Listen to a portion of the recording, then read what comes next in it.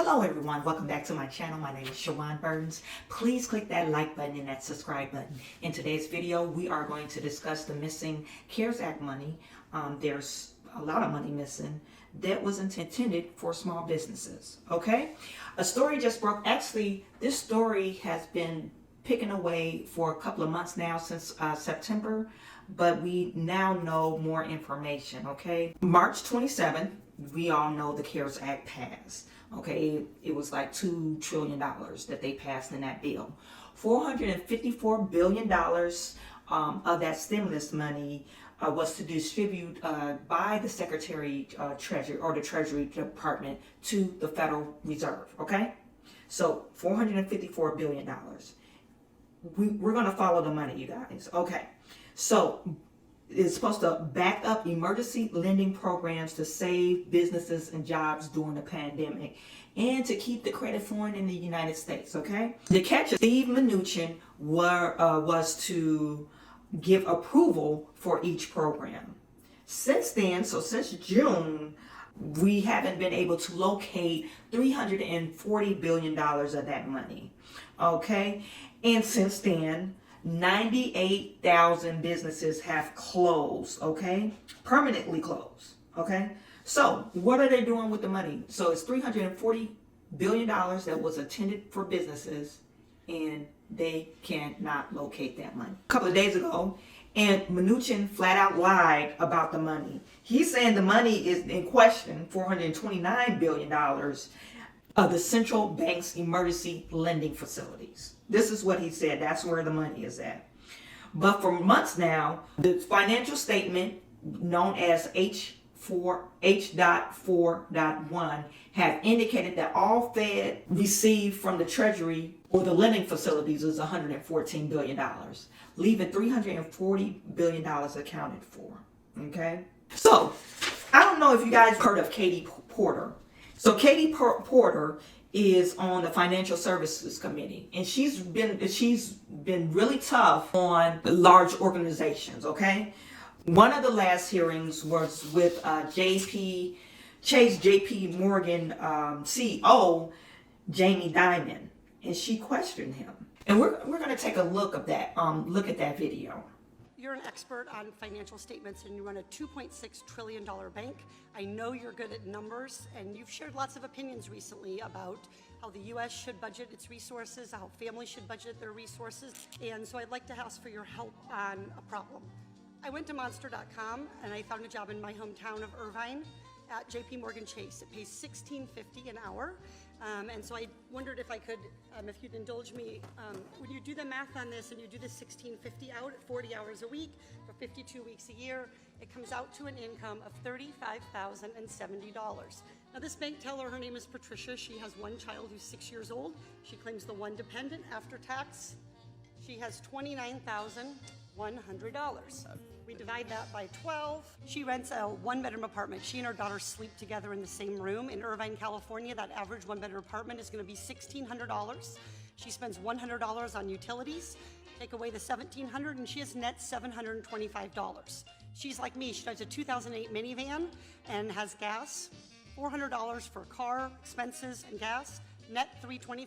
The Department of Agriculture says a low-cost food budget, that is ramen noodles, a low food budget is $400. That leaves her $77 in the red. She has a Cricket cell phone, the cheapest cell phone she can get for $40. She's in the red $117 a month.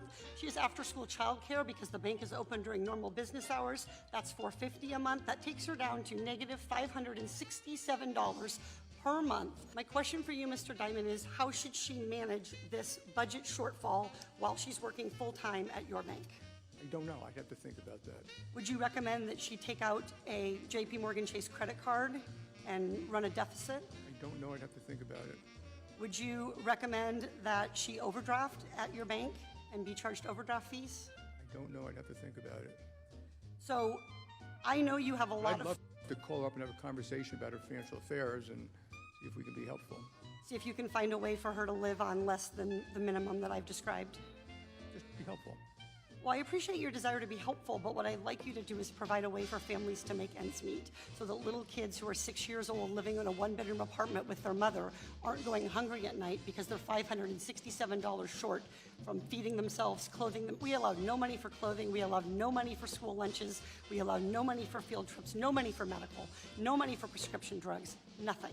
And she's short $567 already.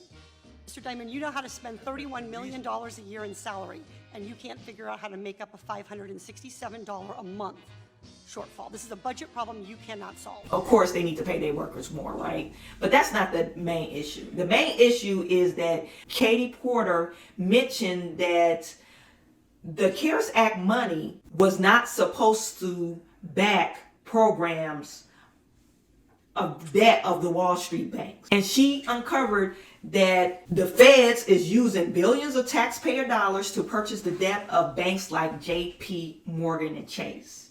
The Fed is making purchases, buying debt-based ETFs, okay?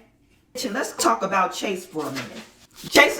Chase is the largest bank in the United States. Since January of this year, they've already been charged with several felony counts, and they're under federal investigation as we speak. They filed what you call a 10Q with the Securities and Exchange Commission. On November the 2nd, they put in their paragraph in their report that they have been advised by the U.S. regulators of the potential civil money penalty actions against the bank related to historical deficiencies in internal controls and internal audit over certain adversaries and other activities. Okay, so they've been audited before. They found known deficiencies. And so one of the felony charges, this was back in January, they were charged for rigging the foreign exchange market. This past January. So they was put on probation. Okay? And on September the 29th, they were charged or convicted two more times of two more new felony accounts for rigging the precious metal markets of the U.S. Treasury. And they were put on another 3-year probation. And now we're learning again that they're being probed or investigated for something else. Okay? So, Katie Porter has uncovered, she claims that they're using taxpayers' dollars to buy up bad debt of these banking institutions, which they are. Now back to Steven Mnuchin, that $340 billion. They end up finding it in this line item under their report, on their financial statement, and it's called, this reporter called it the slush fund, called the Exchange Stabilization Fund, which states it gives the U.S. Treasury Secretary considerable discretion in the use of ESF resources. Okay? Some other line items that was kind of fishy. Why are they on there for the CARES Act fund? They were intended for small businesses. $7.5 billion was the deposit with the official institution to buy euros. $5 billion was used to buy euro-denominated securities. $8.4 billion was deposited with the official institution to buy Japanese yen. $375 million was invested into yen-dominated securities. $11 billion was used to buy U.S. government securities. Apparently, the Treasury has its own quantitative easing program in addition to the Fed. $481 billion simply describes this as fund balance with Treasury. So Steve Mnuchin is going to be under the hot seat on December the 2nd. They're having another hearing. And Katie Porter probably will eat him alive. He's not going to be able to answer questions. truthfully, he might be going to jail. Okay? So it sounds like Steven Mnuchin is not for the people. He's for himself. He's patting his pocket and his friends' pockets, you know? And it's off of the back of the American people.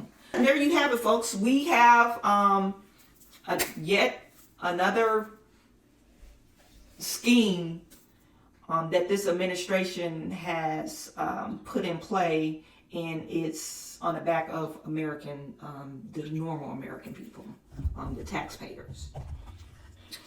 So I will keep you up to date on what's going on with the small businesses and their fund, if they ever find that money, and if we ever find that money and get a hold of that money, maybe we could save some more businesses.